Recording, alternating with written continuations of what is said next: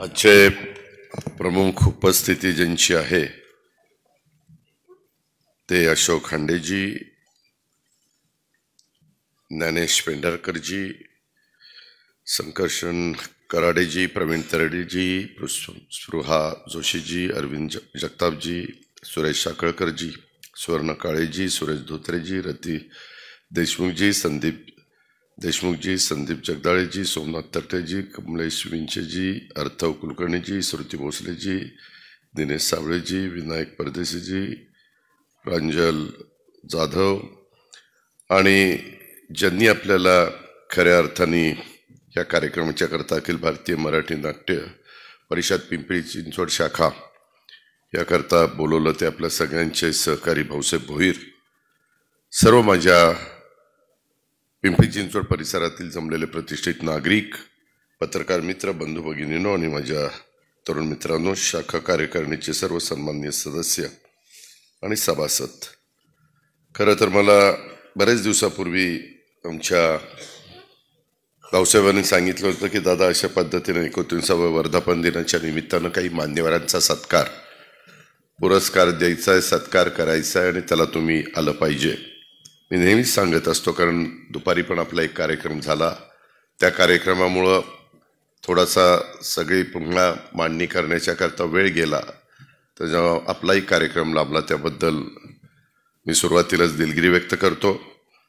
परंतु एकंदरीतच महाराष्ट्राच्या राजकारणामध्ये ज्यावेळेस स्वर्गीय यशवंतराव चव्हाण साहेबांनी संयुक्त महाराष्ट्राचा मंगल कलश आणला आणि तेव्हापासून साहित्य, कला, संस्कृती, क्रीडा ह्या सर्वच क्षेत्राला, उद्योग, चव्हाण साहेबांनी खूप मनापासून आधार दिला, मनापासून पाठिंबा दिला, प्रोत्साहन दिलं. त्याच्याकरता त्यांचा मान सन्मान कसा राहील हे मनापासून त्यांनी त्या ठिकाणी सांभाळलं आणि ते पुढं सातत्याने वेगवेगळ्या मान्यवरांनी ते पुढं टिकवण्याचा पण प्रयत्न केला. काही जण खूप आपल्यामध्ये मिक्स होऊन हे सगळी कामं करण्याचा प्रयत्न करतात आणि सातत्याने तुमच्याशी हितगुज देखील साधण्याचा प्रयत्न करत असतात. आज जर आपण बघितलं तर इथं सत्कार करत असताना ज्येष्ठ शास्त्रीय गायक सुरेश साखळकर आणि ज्येष्ठ कलाकार पद्मश्री गिरीशजी प्रभुणे यांना देखील त्यांच्या अमृत महोत्सवाच्या निमित्तानं सन्मानित करण्यात आलं. काही कारणाने गिरीशजी प्रभुणे येऊ शकले नाही, त्यांना दवाखान्यात ॲडमिट करावं लागलेलं आहे, त्यांची तब्येत थोडीशी नरम असल्यामुळं. परंतु सुरेशरावांचा सत्कार आपण सगळ्यांनी केला. त्यातच सुवर्ण काळे असतील, रती देशमुख असतील, संदीप उर्फ जमाड देशमुख, संदीप उर्फ बबलू जगदाळे, सोमनाथ तरटे यांना देखील विशेष पुरस्कारांनी आपण सन्मानित केलं. आणि जी मध्ये आपली 2024ची राज्य नाट्य स्पर्धा झाली त्याच्यामधले विजेते मनोहर जुवाटकर, कमलेश बिचे, विनायक परदेशी, अर्थव कुलकर्णी, श्रुती भोसले, दिनेश साबळे यांना पण गौरवण्यात आलं. आणि हे सर्व गौरवमूर्तींचं मी मनापासून अभिनंदन करतो, मनापासून कौतुक करतो. कारण ही रंगभूमी खऱ्या अर्थाने लोकांच्या पर्यंत पोहोचवण्याचं काम, आपली कला सादर करण्याचं काम, तुमच्या अंगामध्ये जे गुण आहेत ते दाखवण्याचं काम हे तुम्ही सगळेजण मान्यवर करत असतात. आणि त्याला आम्ही राज्यकर्ते जे काही आम्हाला मदत करता येईल त्या पद्धतीनं मदत आम्ही करत असतो. भाऊसाहेबांनी त्या गोष्टीचा उल्लेख केला. मला आठवतंय की आपल्या ह्या उद्योगनगरीमध्ये अनेक कलाकार हे निर्माण झालेले आहेत. खूप जणांची नावं घेता येतील. हे औद्योगिक शहर म्हणून नव्हे तर आता अलीकडच्या काळामध्ये एक सांस्कृतिक क्षेत्रामध्ये देखील झपाट्याने एक आपली वेगळी ओळख निर्माण करण्याचं काम ह्या शहराने केलं. कारण ह्या शहरामध्ये अनेक कलावंत, लेखक, दिग्दर्शक, अभिनेते, कवी, साहित्यिक घडवले आणि मराठी रंगभूमीला समृद्ध करण्याचं काम जसं चांद्यापासून बांद्यापर्यंत महाराष्ट्रातल्या अनेक शहरांनी, अनेक गावांनी केलं, तसं पिंपरी चिंचवडमध्ये देखील तिथं फार सिंहाचा वाटा आहे. आणि ह्या पिंपरी चिंचवड कामगार वसाहतीमधले रंगलेली नाट्य संस्कृती, प्रयोगशील रंगभूमी, झळकलेले नवीन प्रयोग, सामाजिक प्रश्नावर भाष्य करणारी नाटकं आणि विशेषतः हास्य विनोदातून विचार मांडण्याचे कार्यक्रम या सर्वांचा सुंदर संगम अशा प्रकारचा आपल्याला पाहायला मिळाला. मगाशी भाऊसाहेबांनी बोलत असताना काही भूमिका इथं मांडली. मी त्याच्याबद्दल भाऊसाहेबांना पण आणि सुरेशरावांना पण सांगू इच्छितो की त्या संदर्भामध्ये मी माझे OSD इथं आहे विकास पाटील, सोमवारी त्या संदर्भात भाऊसाहेबाला घेऊन तो शेखर सिंगला भेट. मी सोमवारी कोल्हापूरच्या दौऱ्यावर आहे दिवसभर आणि तिथं भेटल्यानंतर मला तिकडनं फोन कर, मी शेखर सिंगला आयुक्ताला माझ्या परीनं सूचना देतो की जिथं कुठं आपली जागा असेल ती जागा उपलब्ध करून द्या आणि जे काही आपण सगळ्या मान्यवरांनी सगळ्या सहकाऱ्यांनी इथं इच्छा प्रदर्शित केलेली आहे तिला मूर्त स्वरूप आणण्याचं काम हे निश्चितपणे केलं जाईल. त्याबद्दल आपण तिळमात्र शंका बाळगू नका. मी आपल्याला सगळ्यांना सांगेल, परवाच राज्याचे मुख्यमंत्री देवेंद्रजी असतील, अशोक शेलारजी असतील, सांस्कृतिक खात्याचे मंत्री, आम्ही सगळ्यांनी परवा एक कार्यक्रम महाराष्ट्र शासनाच्या तर्फे छत्रपती V. शांताराम विशेष योगदान पुरस्कार आणि वेगवेगळ्या मान्यवरांना आत्ता जसं आपण कैलासवासी बाल गंधर्व पुरस्कार, अत्रे साहेबांच्या नावाने पुरस्कार, अरुण सरनाईक साहेबांच्या नावाने, स्मिता पाटलांच्या नावाने आणि जयवंत दळवींच्या नावाने दिले, तशा प्रकारे तो पुरस्कार तिथं देण्यात आला. आणि तो पुरस्कार देत असताना आपल्याच पिंपरी चिंचवडची कन्या आणि प्रसिद्ध अभिनेत्री मुक्ता बर्वेला आपण हा छत्रपती V. शांताराम विशेष योगदान पुरस्काराने गौरवण्यात आलं. आपल्यालाही सगळ्यांना माहिती, आपल्या मुक्तानं नाट्य क्षेत्रामध्ये सुद्धा एक दमदार अशा प्रकारची कामगिरी केली आणि त्याच्यामुळं मी मुक्ताचं पण मनापासून कौतुक करतो, मनापासून अभिनंदन करतो आणि तिच्या पुढच्या वाटचालीच्या करता मनापासून शुभेच्छा देखील देतो. मागच्याच वर्षी आपण ज्येष्ठ दिग्दर्शक जब्बार पटेल यांच्या अध्यक्षतेखाली याच पिंपरी चिंचवड शहरात अखिल भारतीय नाट्य संमेलन अत्यंत दिमागदार पार पडलं आणि या नाट्य संमेलनासाठी राज्य सरकारतर्फे ज्याचा उल्लेख भाऊसाहेबांनी केला 10 कोटी रुपये दिले आणि DPDC मधनं देखील आम्ही माझ्या माहितीप्रमाणे 20 लाख रुपये त्यामध्ये दिलेले होते. शेवटी आपलं राज्य आर्थिकदृष्ट्या सक्षम होत चाललेलं आहे. यंदा मी जवळपास 8 लाख कोटीचा अर्थसंकल्प ह्या महाराष्ट्राच्या करता सादर केलेला आहे आणि त्याच्यामुळं माझा हा प्रयत्न असतो, जसं मगाशी बोलत असताना प्रवीण तरडेंनी साधारण शेतकऱ्यांच्या बद्दल जी काही भूमिका, वास्तववादी भूमिका मांडण्याचा प्रयत्न केला, त्याच प्रकारे माझाही शेतकऱ्यांच्या बद्दल तोच विचार नेहमी असतो आणि समाजातल्या सर्व घटकाला जे आपल्या वडीलधाऱ्यांनी इथं एक बैठक ठेवलेली, वैचारिक बैठक ठेवलेली आहे, त्या पद्धतीनं आपण सगळ्यांनी पुढे गेलं पाहिजे अशा प्रकारचा माझा स्वतःचा प्रयत्न असतो. अखिल भारतीय मराठी नाट्य संमेलन पिंपरी चिंचवड शाखेने तसं बघितलं तर भाऊसाहेबांच्या नेतृत्वाखाली गेली 3 दशकं या नाट्य चळवळीला दिशा देण्याचं काम केलेलं आहे आणि विशेषतः आपले नवोदित कलावंतांना व्यासपीठ उपलब्ध करून दिलंय आणि रंगभूमीच्या उत्साह शहरात प्रत्येक कोपऱ्यामध्ये पोहोचवण्याचं काम देखील ह्या सर्वांनी केलं. म्हणूनच आज या शहराचा सांस्कृतिक ओळखीला एक अधिक बळ मिळवून देणाऱ्या या परंपरेचा आपण अभिमानाने गौरव करत असतो. ही पण बाब तुम्ही सगळ्यांनी लक्षामध्ये घेतली पाहिजे. वेगवेगळ्या पद्धतीनं आज वेळेची मर्यादा असल्यामुळं खूप जणांनी मर्यादित भाषणं करण्याचा प्रयत्न केला, कारण पुढं पण प्रत्येकाला वेगवेगळे कार्यक्रम आहेत. सांगताना मात्र दादांना काम आहे, दादांना काम आहे, ते तसलं मी कामाचा जरी माणूस असलो तरी मी जेवढा वेळ द्यायला पाहिजे तेवढा देतो. आज ज्ञानेश पेंढारकर हा जो पुरस्कार आपण दिला ज्ञानेश पेंढारकरांना, त्याच्यामध्ये मी बघत होतो त्यांनी जे एकंदरीत मराठी नाट्य संगीत परंपरेला एक मान्यवर गायक पंडित गोविंदराव अग्नी आणि पंडित नारायणराव बोडस यांच्यासह अनेक दिग्गजांच्याकडनं श्रीयुत पेंढारकरांनी संगीताचे धडे घेतलेले आहेत. बावनखनी, सौभद्र आणि स्वयंवर यासारखी संगीत नाटकांत भूमिका त्यांनी साकारलेल्या आहेत. तसंच दूरचित्रवाणी मालिकांच्या मध्ये देखील पार्श्व संगीताची निर्मिती त्यांनी केलेली आहे आणि त्याच्यामुळं नवीन पिढीने पण त्यांचा आदर्श डोळ्यासमोर ठेवून पुढे वाटचाल केली पाहिजे अशा प्रकारचं त्यांचं एकंदरीत व्यक्तिमत्व आहे. कैलासवासी अरुण सरनाईक पुरस्कार खरं तर त्यांचा प्रयोग आहे आज.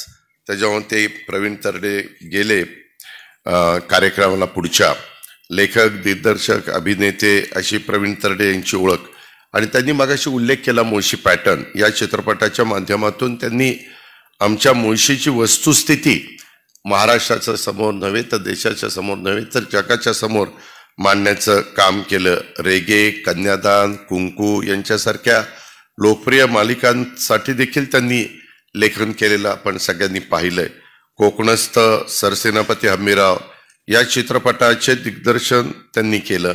आणि शेती विकायची नसते किंवा राखाची असते ह्या पद्धतीने त्यांनी जी काही भूमिका मांडली असं ठासून सांगणारे प्रवीण तरडे हा आमच्या मुळशीचं एक रांगडं व्यक्तिमत्व आहे आणि हाडाचा शेतकरी सुद्धा आहे. हे आपण त्यांच्या बोलण्यातनं, त्यांच्या वागण्यातनं, त्यांच्या कृतीतनं आपण सगळेजण अनुभवत असतो, आपण सगळेजण पाहत असतो. आणि आपले प्राचार्य अत्रे कैलासवासी ह्यांच्या नावाने पुरस्कार अभिनेता, लेखक, कवी आणि सूत्रसंचालक असणारा संकर्षण कराडे हा माझा या पिढीतला एक कलाकार आपण सगळेजण त्याला पाहतो. त्यांनी पण ते मराठवाड्याचा उल्लेख केला, सासूरवाडीचा उल्लेख केला, बरंच काही बोलून गेला. आणि म्हटलं जातं जगात जर्मनी, भारतात परभणी, हे त्यांचं अगदी टिपिकल वाक्य. त्या परभणीवाल्यांना काय असो किंवा नसो मात्र एवढं वाक्य चालणं त्यांना जमतं. नाही, खोटं नाही सांगत, कारण मी तिथं खूप वेळेला काम केलेलं आहे. त्यालाही माहिती आहे की तिथली काय परिस्थिती आहे आणि त्याला मी जास्त का लक्षात ठेवलेलं आहे. त्याने मग अशी सांगितलं असं झालं तसं झालं, ह्याच्यातलं 50% तर त्याने खोटंच सांगितलेलं आहे. त्याच्या तोंडावर सांगतो, कारण तुम्हाला माहिती आहे मी किती खरं बोलतो ते. आणि निवडणुकीच्या वेळी त्यांना आम्हा राजकारण्यांवर एक केलेली कविता खूप गाजली. मात्र त्यांनी त्या कवितेमध्ये म्हटलेलं होतं, पवार तोंडात सोन्याचा चमचा घेऊन जन्माला आले.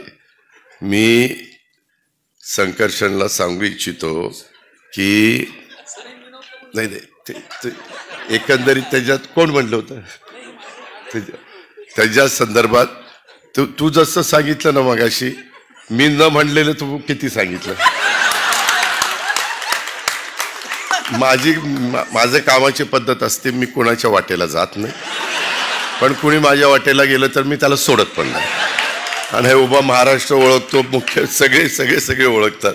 परंतु आता मी तुझ्या नावावर खपवत होते, त्याच्यामध्ये बाबा रे, मी स्वतः गाईचं शेण काढलंय, धारा काढलेल्या आहेत, त्याच्यामध्ये शेतात मी आजही राबतो. उद्या मी गणेशोत्सवाला जाणार आहे बारामतीला, परंतु दुपारी 1 तासभर वेळ काढून माझ्या शेतात मी जाणारच आहे. जसं आमच्या प्रवीणला म्हणजे तरडेला जसं शेती खूप करायला आवडते, आम्ही अचानक राजकारणामध्ये आलोय, मला वाटलंही नव्हतं. मला सगळे म्हणायचे तू इतका स्पष्ट बोलणार आहे, काम होत असेल तर हो, नाही तर नाही. म्हणले तू राजकारणात चालणारच नाही, तुझं न चालणार ना नाही, तू अजिबात पुढं जाणार नाही. पण त्यांना काय माहिती होतं जनतेला हेच आवडतं आणि त्याच्यावर नाणं पुढं जाईल म्हणून. परंतु या पद्धतीनं ते झालं. आणि आम्ही अनेक प्रकारच्या पोल्ट्रीत, म्हणजे तुझ्या मराठवाड्यातली तुझी जी काही तिकडची बहीण मी पत्नी म्हणून केली, ती पण माझ्याबरोबर अंडी गोळा करायची, मी पण अंडी गोळा करायची पोल्ट्रीमध्ये. म्हणजे याच्यातल्या भाऊसाहेबाला जुनं आठवत असेल की भाऊसाहेब तेव्हाच लहान होता, सोपानराव भाऊसाहेबांचे वडील, ते सुरुवातीच्या काळामध्ये हे सगळं बघायचे.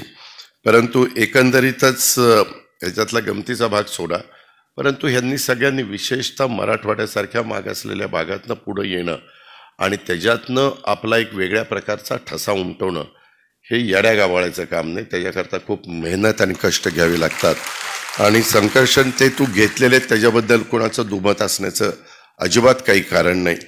आणि त्याच्याबद्दल मी तुझं मनापासून कौतुक पण करतो, अभिनंदन करतो. तुझ्या पुढच्या वाटचालीला पण शुभेच्छा देतो. आणि मी खरंच सांगतो, आम्हाला नेहमी असे वेगवेगळे कार्यक्रम बघायला आवडतं, पण आमचं इतकं बिझी शेड्यूल असतं की मी पहाटे 5ला उठतो, 6ला मी साईटवर कामाला सुरुवात करतो, जे काय मला पाहणी करायची. का तर लोकांना त्रास होऊ नये, आपल्यामुळं ट्रॅफिक थांबवू नये.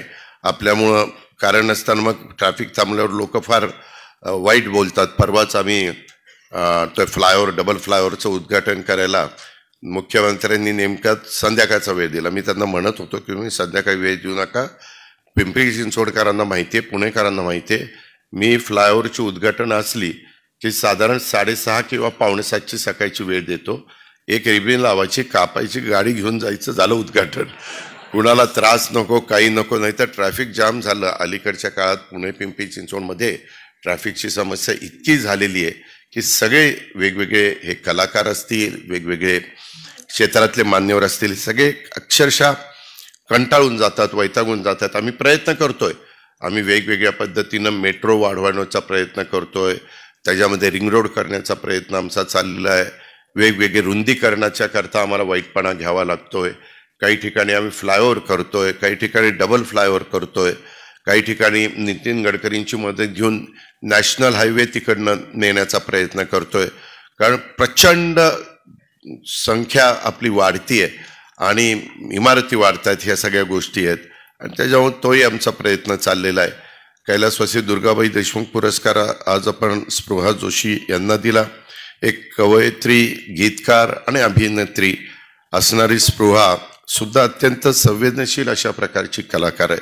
लोकमुद्रा, चांदणचुरा हे तिचे कविता संग्रह प्रसिद्ध झालेले आपण पाहिले तर अग्निहोत्र, उंच माझा झोका आणि रमाबाई रानडे या मालिकात तिनं ज्या पद्धतीनं काम केलं, आपला अभिनयाचा एक वेगळा ठसा आपल्या महाराष्ट्रातल्या सगळ्या रसिकांच्या समोर तिनं उमटवण्याचं काम केलं. किंवा देवा एक अंतरंगी किंवा कॉफी शर्यत यासारख्या चित्रपटातून देखील तिनं अतिशय प्रभावी अशा प्रकारचा अभिनय केला.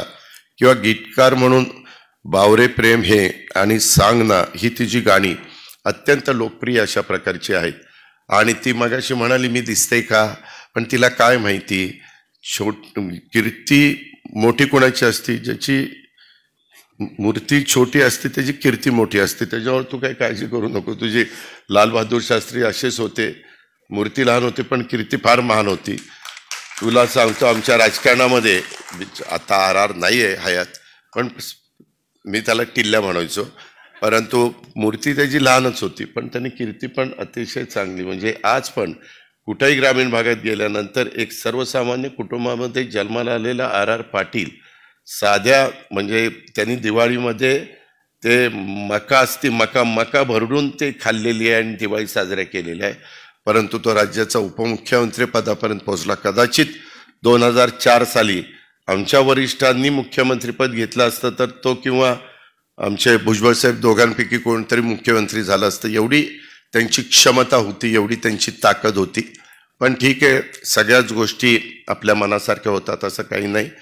काम करत राहणं हे आपलं प्रत्येकाचं कर्तव्य असतं आणि त्या कर्तव्याच्या भावनेतनं तुम्ही सगळेजण काम करत राहताय आणि त्याच्यातनं ह्या आपल्या मराठी रंगभूमीला आणि ह्या सगळ्या क्षेत्राला एक वेगळ्या उंचीवर नेण्याचा प्रयत्न स्पृहा तुम्ही आणि तुझी सगळी टीम त्या ठिकाणी करते. त्याच पद्धतीनं कैलासवासी विद्या करंदीकर पुरस्कार हे आमच्या अरविंद जगतापांना, ते लेखक पण आहेत, गीतकार पण आहेत, दिग्दर्शक पण आहेत. ते पण एक अत्यंत म्हणजे अत्यंत एक संवेदनशील व्यक्तिमत्व म्हणून आपण ते बघतो. कारण गेल्याच महिन्यामध्ये आम्ही सगळ्यांनी अभिनेते सयाजी शिंदे यांचा वाढदिवस हा तिथं साजरा केला आणि त्या कार्यक्रमात त्यांनी सयाजींच्या आईंच्या वतीनं सयाजीला लिहिलेलं पत्र हे ऐकून अक्षरशः उपस्थित असणाऱ्या सगळ्यांच्या डोळ्यामध्ये पाणी त्या ठिकाणी आलं आणि सगळे म्हणले पत्र वाचायचं काम त्यांनी केलं नाही, ते दुसऱ्यांनी केलं. परंतु ते प्रत्येक जण म्हणत होते पत्र लिहिलंय कुणी आणि मग कळलं की ते अरविंद जगतापांनी पत्र लिहिलं. अशा पद्धतीचा हा एक सहकारी आपल्यातला एक गीतकार, दिग्दर्शक, लेखक अतिशय संवेदनशील अशा पद्धतीचा आहे.